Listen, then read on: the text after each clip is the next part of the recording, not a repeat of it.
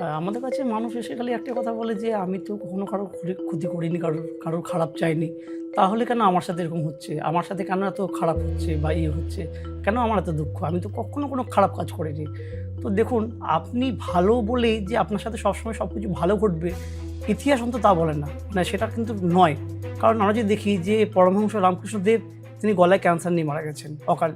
স্বামী বিবেকানন্দ তিনি ৩৯ বছর বয়সে প্রচুর রোগ নিয়ে তাকে পৃথিবী ছাড়তে হয়েছে।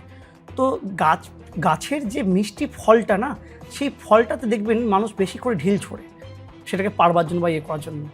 তো একটা জিনিস ভাববেন যে আজকে আমার যেটুকু আছে, সেটুকুই বা অন্য কজনের থাকে।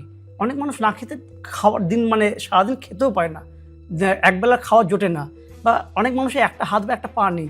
তো যেটা আছে সেটাতে সন্তুষ্ট থেকে যদি আমরা এগোতে পারি, তাহলে মানে আমাদের দুঃখটা অনেকটা কম করতে পারি আমরা নিজেরাই।